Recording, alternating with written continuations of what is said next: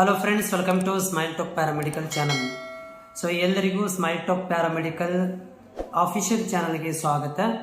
ಈಗಾಗಲೇ GNM ನರ್ಸಿಂಗ್ದು online applications 22ನೇ ತಾರೀಕು ತನಕ, ಇದೇ ತಿಂಗಳು 22ನೇ ತಾರೀಕು ತನಕ ಅಪ್ಲಿಕೇಶನ್ ಓಪನ್ ಇದೆ.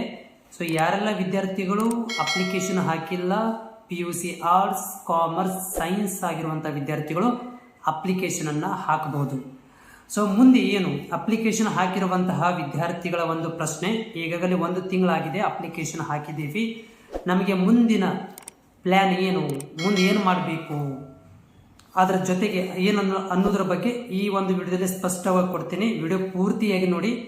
ಜೊತೆಗೆ ನೀವು ನಮ್ಮ ಚಾನಲ್ಗೆ ಹೊಸಬರಾಗಿದ್ದರೆ ಮತ್ತೆ GNM ನರ್ಸಿಂಗಿಗೆ ಸಂಬಂಧಪಟ್ಟಂತಹ ಇನ್ಫಾರ್ಮೇಷನ್ಗಳಿಗಾಗಿ ನಮ್ಮ ಚಾನಲ್ ಸಬ್ಸ್ಕ್ರೈಬ್ ಕೂಡ ಮಾಡಿಕೊಳ್ಳ್ರಿ.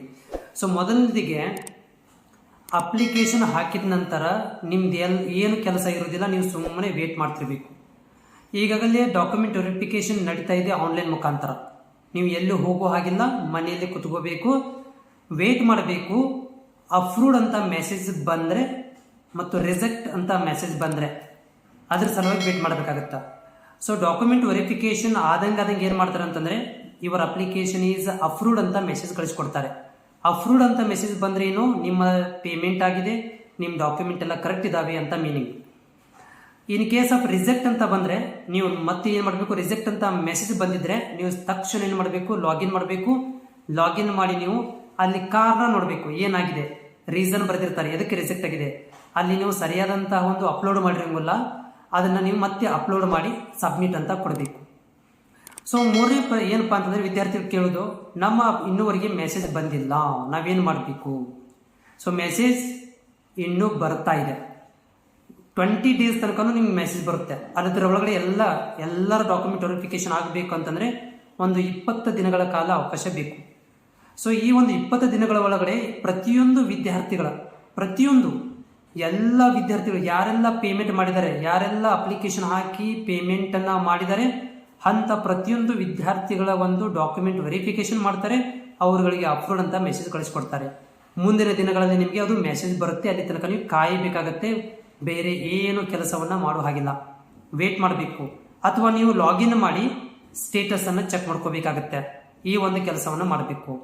ಸೊ ಮುಂದೆ ಏನು ಡಾಕ್ಯುಮೆಂಟ್ ವೆರಿಫಿಕೇಶನ್ ಮುಗಿದ ಮೇಲೆ ನೀವು ಅಪ್ಲಿಕೇಶನ್ ಹಾಕಿರಿ, ಡಾಕ್ಯುಮೆಂಟ್ ವೆರಿಫಿಕೇಶನ್ ನಡೀತಾ ಇದೆ. ಸೊ 20 ಡೇಸ್ ತನಕ ಡಾಕ್ಯುಮೆಂಟ್ ವೆರಿಫಿಕೇಶನ್ ನಡೀತಾ. ಸೊ 20 ಡೇಸ್ ಡಾಕ್ಯುಮೆಂಟ್ ವೆರಿಫಿಕೇಶನ್ ಆದ ಮೇಲೆ ನೋಡ್ರಿ, ಲೆಕ್ಕನ ಹೇಳ್ತಾ ಇರೋದು 22ನೇ ತಾರೀಕಿನಿಂದ ಒಂದು 20 ಡೇಸ್ ಲೆಕ್ಕನ ತಗೊತಾ ಇದ್ದೀನಿ. 20 ಡೇಸ್ ತನಕ ನೀವು ಕಾಯಬೇಕಾಗತ್ತ. ಈ 20 ಡೇಸ್ ಮುಗಿದ ಮೇಲೆ ಸೊ ಮುಂದೆ ಏನು ಅಂತಂದರೆ, ನಿಮ್ಮಗಳಿಗೆ ರ್ಯಾಂಕ್ ಲಿಸ್ಟ್ಗಳನ್ನು ಬಿಡ್ತಾರೆ. ಅದು ಹೇಗಿರುತ್ತೆ ಅನ್ನೋದನ್ನು ನಾನು ಮುಂದಿನ ದಿನಗಳಲ್ಲಿ ನಿಮಗೆ ಸ್ಯಾಂಪಲ್ ತೋರಿಸ್ತೀನಿ, ಹೆಂಗಿರುತ್ತೆ ರ್ಯಾಂಕ್ ಲಿಸ್ಟ್ ಅಂತ. ಸೊ ರ್ಯಾಂಕ್ ಲಿಸ್ಟನ್ನು ಬಿಡ್ತಾರೆ.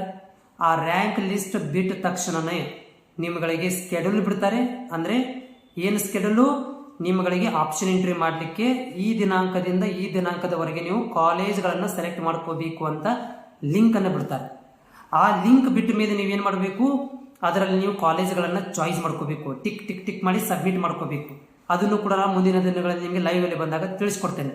ಸೊ ಕಾಲೇಜ್ ಆಪ್ಷನ್ ಎಂಟ್ರಿ ಮಾಡಿದಾಗ 2 ರಿಂದ 3 ದಿನಗಳ ತನಕ ಏನಾಗುತ್ತೆ ಅಂದರೆ, ನಿಮಗೆ ಅವರುಗಳು ಒಂದು ಕಾಲೇಜನ್ನು ಅದರಲ್ಲಿ ಕೊಡ್ತಾರೆ. ಅದನ್ನು ಕೂಡ ನೀವು ಆನ್ಲೈನ್ ಮುಖಾಂತರನೇ ನೋಡಬೇಕು. ಲಾಗಿನ್ ಮಾಡಿ ಓಪನ್ ಮಾಡಿದಾಗ ಅಲ್ಲಿ ನಿಮಗೆ ಸೆಲೆಕ್ಟೆಡ್, ನಾಟ್ ಸೆಲೆಕ್ಟೆಡ್ ಅಂತ ಬರುತ್ತೆ. ಸೆಲೆಕ್ಟ್ ಆಗಿದ್ರೆ ಕಾಲೇಜ್ ಹೆಸರು ಬರುತ್ತೆ, ಕೊನೆಯ ದಿನಾಂಕ ಬರುತ್ತೆ.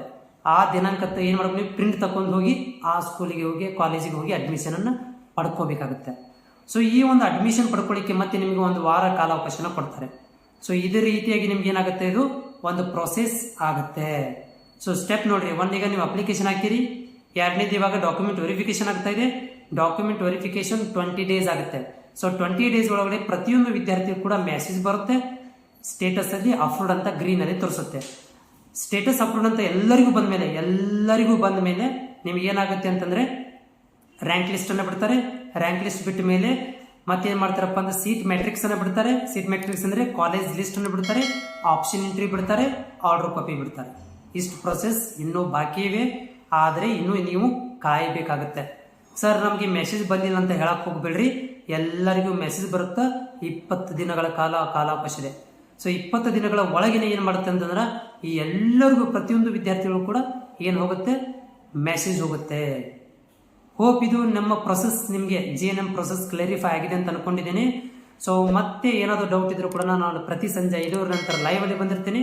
ನೀವು ನನಗೆ ಕಾಮೆಂಟ್ಸ್ ಅನ್ನು ಹಾಕ್ಬಹುದು. ನಮ್ಮ ಟೆಲಿಗ್ರಾಮ್ನ ಕೂಡ ಲಿಂಕ್ ಅನ್ನು ಡಿಸ್ಕ್ರಿಪ್ಷನ್ ಹಾಕಿರ್ತೀನಿ, ಹೋಗಿ ಜಾಯಿನ್ ಕೂಡ ಆಗ್ಬಹುದು. Thank you.